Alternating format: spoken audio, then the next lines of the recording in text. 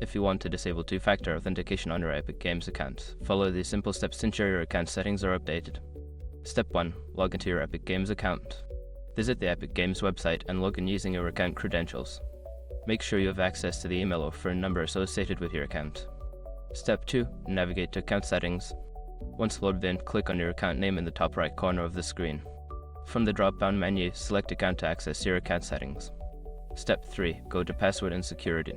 In the Account Settings menu, find and click on the Password and Security tab. This section contains all security-related settings for your account.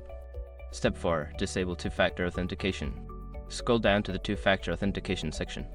You will see options for the different types of two-factor authentication you have enabled. Click on the option you want to disable and follow the prompts to turn it off. Step 5. Confirm changes. After disabling two-factor authentication, you may be asked to confirm your decision through an email or a verification code. Follow the instructions provided to finalize the changes. Once you have completed these steps, two-factor authentication will be turned off for your Epic Games account. Always remember to keep your account secure by using strong passwords and being cautious of suspicious activities.